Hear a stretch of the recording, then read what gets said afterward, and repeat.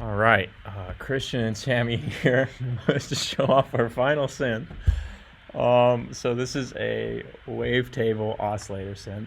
So we've got 4 oscillators and we've got 4 banks of 32 waveforms. I'll just pull up the keyboard here so I can show you what the basic sounds are like. So right now everything's on the same sound. Let's say I select wave 1 here and bank 1. Wave 14, I don't know, and bank 1, 7. You get quite a few different sounds coming out. Yeah, and the joystick you can use to blend between the different sound sources. Yeah, so this is oscillator 1, oscillator 2, oscillator 3, oscillator 4, and right here in the middle is a blend between them. Right. When it's in the exact middle, you've got each of the levels at 0.25. Exactly so the same. It comes out to be. So, as you may have just heard, these oscillators are passing through some filters, which we have 2 Moog filters in series. Yes. Yep, here are the controls for them. We've got FC1 So, and say if Q1. I play a note and we adjust the control, you can hear it going. And with Moog filters, as the Q goes up, the bass goes down. So you can kind of hear that. Right. Also, we have a gain compensation switch, which comes standard with the Moog filter, and we've just implemented it here. Yeah. So just added it. And this gain compensation, by the way, this goes to both filters. So you turn on the switch, both filters will have some form of gain compensation. So we've got three different modes. We've got default to poly, mono, we know what that does, and unison here. Yeah, unison, and in this mode, the unison detune is, of course, going to apply. So let's go ahead and turn that up, and you can hear the difference.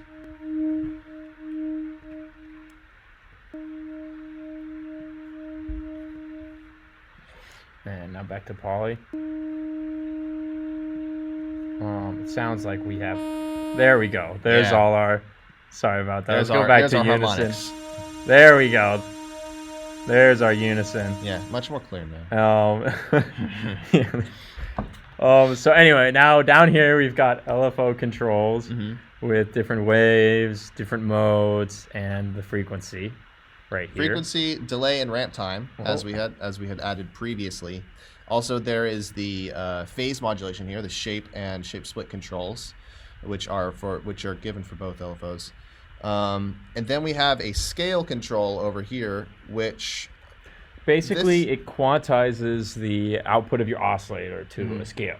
Yeah, now, it's useful in modulation once you're modulating your oscillator pitch, but when you're just playing notes, it's not necessary. Right, because you don't have a mod source, and we'll demonstrate this in a moment. But first, I'd like to show that all of these parameters could be routed using this mod. We'll get to these controls in a minute.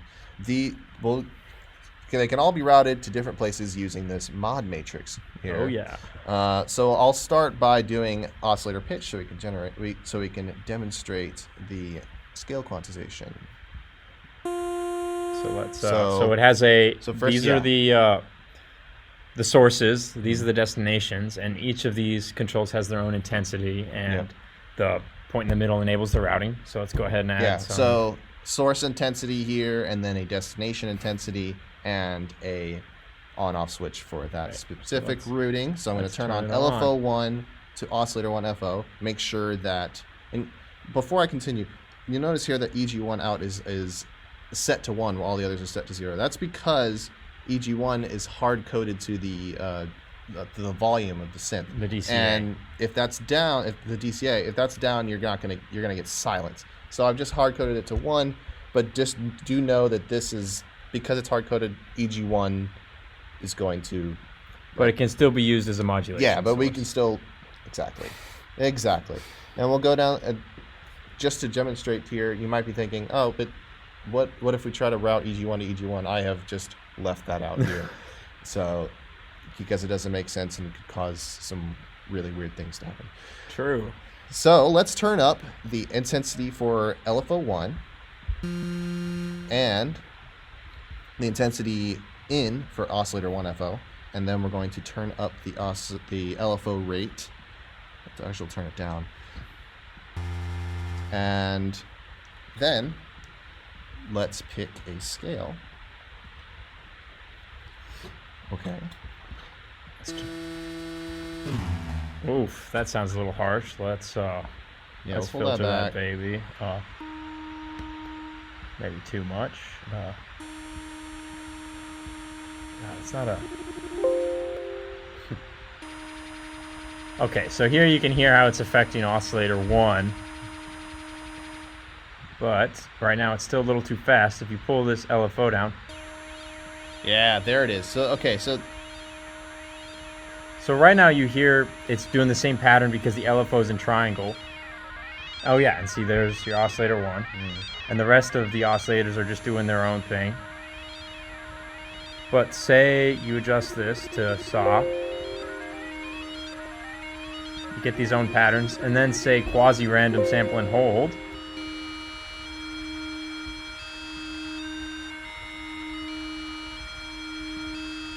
it'll be much clearer to hear if we only mix in the one being pitch modulated. And say you want 2 voices here.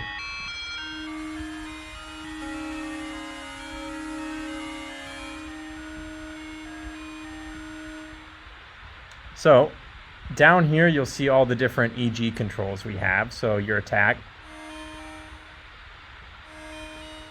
hold, decay, sustain, level, and release. And there's 3 different modes. We have it just in the standard attack, decay, sustain, release. We have attack, hold, decay, sustain, release for those of you that want even more EG controls. Right. And our last and probably most important mode is the attack, hold, release. Right. So how this mode works is that when you hit a note, it runs through the cycle no matter how you runs through the EG, skips over sustain. So no matter how long you hold the note, it's always going to release. So say we turn up the hold time a little bit and the attack down. You hit a note. Maybe turn up the release. Yeah, so even though you couldn't see it there, but he just pulled his finger up and the note kept playing. Exactly.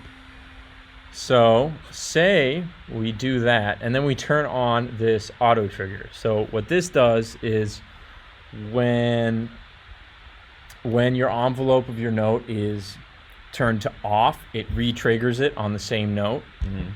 So yeah, when it goes through its entire EG phase, it's just going to restart from the beginning. I can show you now. So say we play. So it goes through the entire release, which is 5 seconds long, so It's let's pull entirely it down. too long. But there you go. You can hear it re-triggering. Now the cool thing is, let's try adding another note.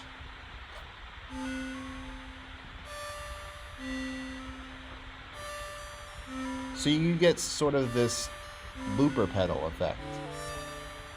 And you can just keep adding notes in, and then you can mess with the parameters of that. And let's say you've got a mixture of notes that sound good together and you want it to be a chord. Well, just manually re-trigger it for a second. If I can click on that. Yeah. There we go. All the notes will sync up. And of course, while you're doing all this fun stuff, Yep, you can modulate the mix. don't forget to modulate, of course. Mm-hmm. And now, for the last shebang we've implemented each oscillator as a Car+ string resonator model. Well, we have a Car+ string resonator model in addition to the oscillator. We'll show you what I mean. So first, for the sound source of this thing, we can choose none, which means that the Car+ oscillator Is algorithm disabled. will be bypassed, is disabled. But if we choose noise, it's going to send in an impulse. But this is also going to bypass the waveform. So now we won't hear on oscillator A. We won't hear the waveform, but instead we will hear. So that is the string oscillator. And so basically you're sending in noise, which is being shaped by your EG controls here. So, this doesn't directly affect the output sound. It affects what you send into the resonator.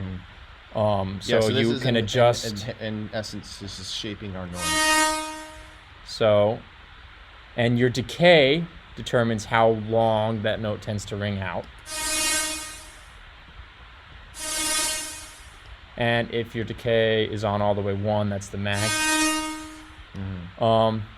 But, which this sounds cool, but not the coolest thing ever. If you set it to waveform, what ends up happening is you're sending the output of your oscillator 1, the wave, as the exciter. Is the exciter for your resonator. So you get a sound like. So you get whatever was coming out of there, and you get it coming in. So I'm going to change a couple modulation routings. I'm going to put a filter. I'm going to put a modulated filter on. I'm going to turn this. I'll turn this off.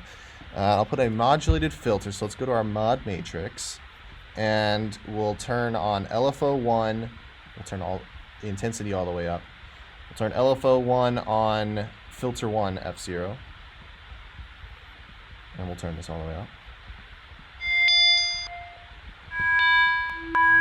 So you can hear the filter sweep. Don't know why I just closed the piano.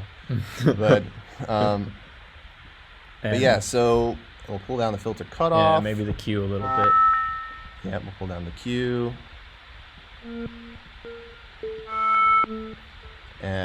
Ignore that notification. And and now, well, we already got it on the waveform. So say let's pull up this release. So say without it, and we go to noise. That's the kind of sound you get. Waveform. And with just the wave, you get. Oh, you know what would make this cooler is if let's change our LFO waveform to a triangle. Yeah, that might make it sound better. So now right go. So let's not shape the exciter's not on. Okay. So here, let's run it back through the. Yeah. Oh, there we go. So now you can hear it kind of like distorting a little bit. But yeah, if you just kind of like play around with shaping your source, you can get some really interesting results with that, with the combination of the waveform and the resonator. And then you could, of course, you could send it all through your looping EGs afterwards.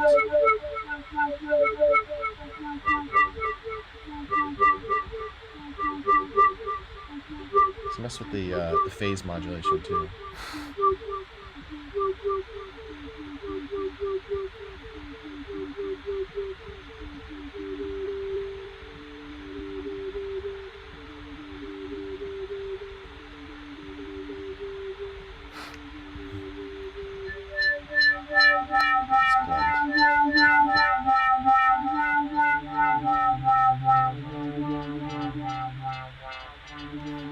I'll put this on a noise.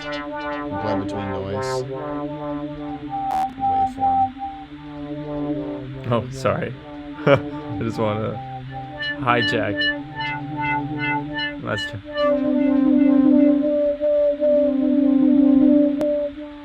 So, you've got 4 different resonator algorithms going on. So you can have 4 different, configurations of this, along with 4 different source types, because you've got the 4 different inputs. So you get lots of variation with this.